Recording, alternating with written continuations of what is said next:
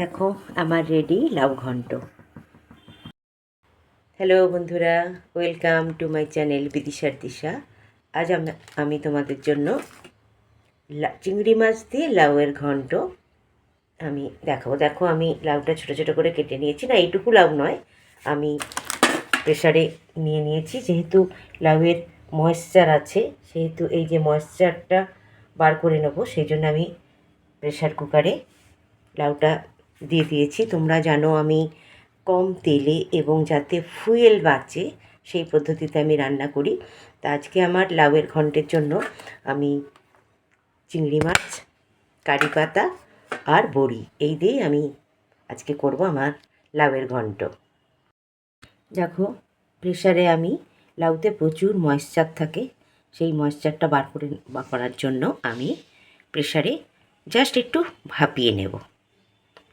দেখো আমি বড়িও নিয়েছি, এই বড়িগুলো আমি লাউতে দেব তাই রেখেছি।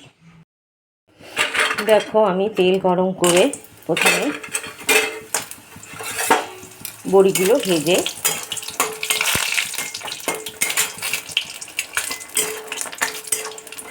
আঁচ কমিয়ে ভাজবো, কিন্তু নাহলে বড়িগুলো পুড়ে যেতে পারে। দেখো বড়ি তুলে রেখেছি, সেই তেলেতেই আমি চিংড়ি মাছগুলো ভেজে তুলে রাখবো। তারপর আমি ফোড়ন দিয়ে রান্নাটা শুরু করব। স্কিপ করো না, তোমরা দেখতে থাকো। দেখো চিংড়ি মাছ বড়ি আমি ভেজে তুলে রেখেছি। এবার সেই তেলেতেই আমি জিরে, শুকনো লঙ্কা, তেলটা কিন্তু বেশ ভালোই গরম হয়ে গেছে, তাই আমি একদম লো করে দিয়েছি, নাহলে পুড়ে যাবে। দেখো জিরে, শুকনো লঙ্কা। এবার আমি সবসময় জানো রান্নার কিন্তু ফোড়নের ওপর স্বাদ নির্ভর করে। আমি এই লাউয়ের ঘন্টতে আমি দিলাম কারি পাতা, জিরে, শুকনো লঙ্কা, কারি পাতা। খুব পুড়িয়ে ভাজবো না, দেখো আমার হয়ে গেছে ভাজা। এরপরেই আমি ময়েশ্চার করে রাখা বার করে নিয়েছি, প্রেশারে ভাপিয়ে আমি লাউটা দিয়ে দেবো।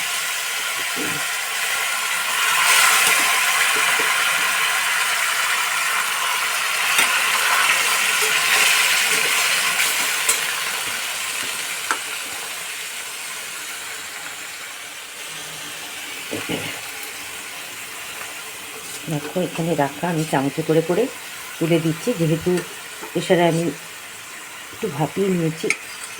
আমার কিন্তু শুধু জল শুকলে খুব সময়ও একটা লাগবে না।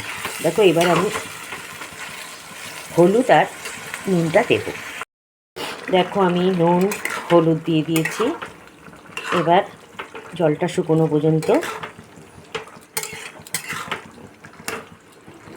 আমি নাড়তে থাকবো। আর তরকারিতে এই ঘন্টটাতে যে যেরকম মিষ্টি পছন্দ করো সে সেরকম মিষ্টি দিও। আমি একটু হালকা মিষ্টি দেবো, কেননা মিষ্টি দিলে রান্নার নুনের ব্যালেন্সটা ভালো লাগে তরকারিতে। আমি ঝালও তোমাদের মতো দেবে। আমি এখানে দেখো আমি দুটো কাঁচা লঙ্কা রেডি করে রেখেছি।